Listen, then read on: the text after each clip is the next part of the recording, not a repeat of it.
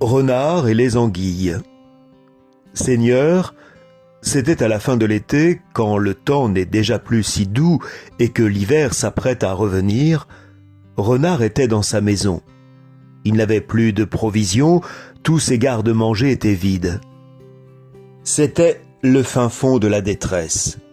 Il ne pouvait plus rien acheter, ne trouvait plus rien à vendre et plus rien à échanger. Il n'avait rien du tout pour se réconforter. Le besoin le poussa sur les routes. Il ne sait où chercher sa nourriture. La faim le tourmente cruellement. De guerre lasse, il se couche le long d'une haie pour attendre les occasions. Et justement, en voilà une. Voici qu'arrivent à grand train des marchands qui viennent de la côte avec un chargement de poissons. Ils ont de gros et de petits poissons de mer.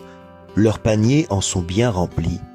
Et ils ont des lamproies et des anguilles, pêchées en rivière ou étang et achetées au passage dans les fermes. Leur charrette est chargée à plein. Renard, qui sait si bien tromper le monde, doit se trouver à ce moment-là à un jet de flèche du véhicule. Quand il comprend ce qui vient vers lui, il a tôt fait de réagir. Il décampe discrètement par les chemins pour attendre les marchands et leur tendre son embuscade. Arrivé à la bonne distance, il se couche au milieu de la route. Écoutez comme il s'y prend pour égarer les gens. Il s'affale dans l'herbe et fait le mort. Renard le trompeur du genre humain ferme les yeux, retrousse les babines et retient habilement son haleine. Et il reste là tout gisant. Les marchands continuent leur train sans savoir ce qui les attend. L'un des deux aperçoit Renard, il regarde longuement, s'ébahit puis interpelle son compagnon. « Vois donc un peu là-bas, c'est un goupil ou un chien de ferme ?» L'autre repère Renard à son tour, il s'écrie. « Pas de doute, c'est le goupil. Allez, vas-y, attrape-le. Tâche qu'il ne se sauve pas. Faudrait qu'il connaisse bien des tours pour ne pas nous laisser sa peau. » Le premier marchand force le pas, son compagnon sur ses talons. Ils arrivent sur l'animal, le trouvent couché à la renverse. Il l'attrape, le manipule, le retourne d'un côté, de l'autre, sans avoir peur d'être mordu. Il calcule ce que peut valoir la fourrure du dos, celle de la gorge. L'un dit 3 sols, l'autre rétorque. « Dieu nous protège, elle en vaut 4, et à ce prix-là, c'est donné. Regarde comme la gorge est blanche et nette. » Là-dessus, il s'approche du chariot et lance leur capture sur le dessus du chargement. Puis ils se remettent en chemin très joyeux, échangeant des blagues. Ils disent ce qu'ils vont faire du goupil. « Pour l'instant, on le laisse tel quel, mais cette nuit, quand on sera rentré, on lui retournera la casaque. » Ils prennent plaisir à bavarder, mais Renard ne s'émeut pas de leurs menaces. Cela le ferait plutôt rire. Il sait bien, ce damné vaurien, qu'entre dire et faire, il y a loin.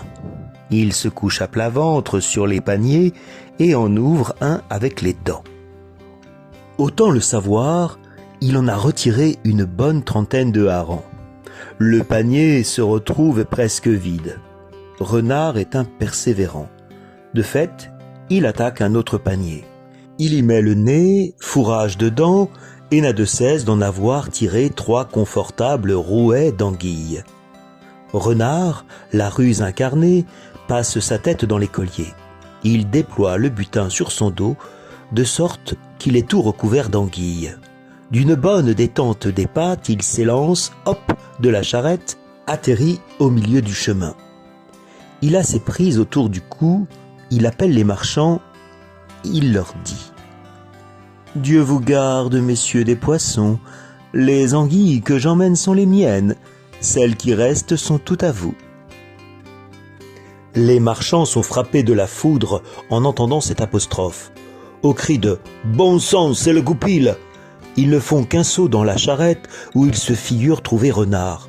Mais il est déjà loin, pensez. « On l'a mal surveillé, à ce qu'il semble, dit l'un d'eux. après réflexion. Tous deux se frappent du poing dans la paume. « Hélas, hélas, dit l'autre marchand, on perd gros dans cette aventure. Voilà ce que c'est de faire les malins. Fallait-il qu'on soit bêtes tous les deux pour ne pas nous méfier du renard ?» « Ah, renard, font les deux marchands. Vous êtes vraiment une sale engeance. Puissent ces anguilles vous rendre malade. »« Messieurs, je n'ai pas le cœur aux disputes. Vous direz bien ce qui vous plaira. Moi, je suis renard qui se taira. » Les deux marchands lui courent après, mais ce n'est pas aujourd'hui qu'ils le prendront. Il a un cheval trop rapide. Voilà donc renard dans sa tour. Ses fils s'occupent très bien de lui. D'abord, ils lui frictionnent les jambes, ensuite ils écorchent les anguilles et les coupent en tronçons comme il convient. Ils fabriquent des brochettes avec des branches de noisetier et y enfilent leurs ronds de poisson.